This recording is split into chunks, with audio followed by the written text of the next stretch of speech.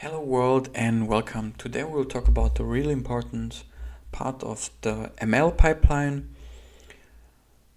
We are going to talk about feature engineering. My name is Harris and let's get started.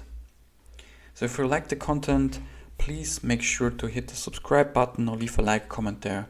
I would be really happy about it. So what is feature engineering actually? If you see the ML pipeline here in the gray area, you can see that we have feature extraction, data preparation, and as well also the feature engineering part here. Just the very first part. Then you are training the model, evaluating the accuracy, and pick the best model to deploy to production to make it for everybody accessible, right? That's the normal ML pipeline.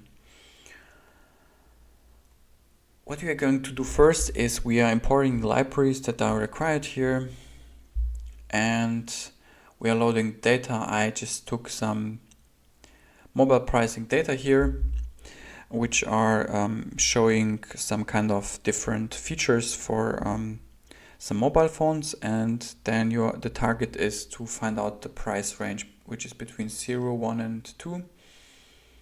And we have a lot of features here, and first of all we are going to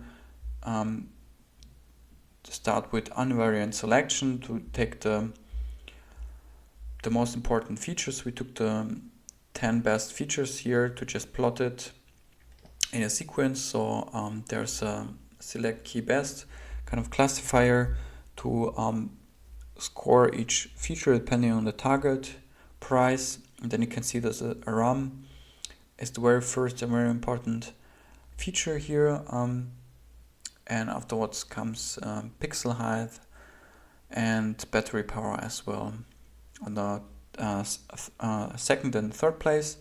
And then you can also do the same thing with feature importance with the extra tree classifier. There's also as well a random forest and other XGBoost or other classifiers to identify the best fitting model depending on the target. The extra tree classifier has as well RAM, but afterwards comes battery power, which is on the first scoring list on the third place. So the sequence is a little bit different here, but it's also pretty fine. So we have identified the best fitting model or the best fitting feature here, which is the RAM feature for depending on the target. You can also plot the correlation matrix or with the heat map, just make it a little bit nicely plotted.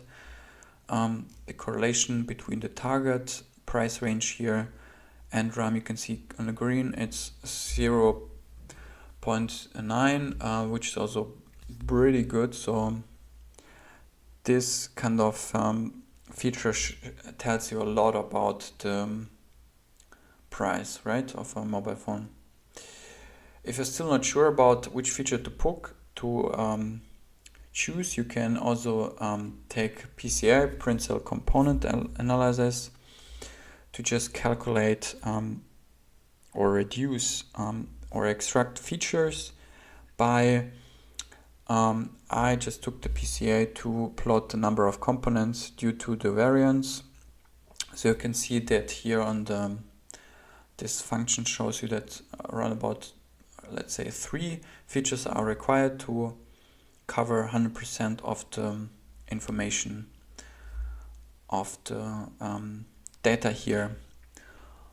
You can use if you want to reduce or extract your features. If you have, let's say, 100 features and you want to plot them in a 3D plot, then you can just basically use this here to reduce the dimension. You can also as well clean your data before features extraction.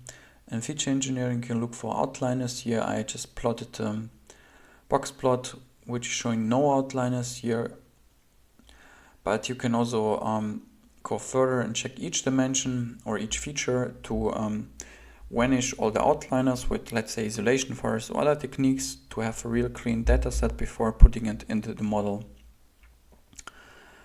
So I hope you liked this content today, and If you like it, then please hit the subscribe button or leave a like comment there. Thanks a lot and see you soon.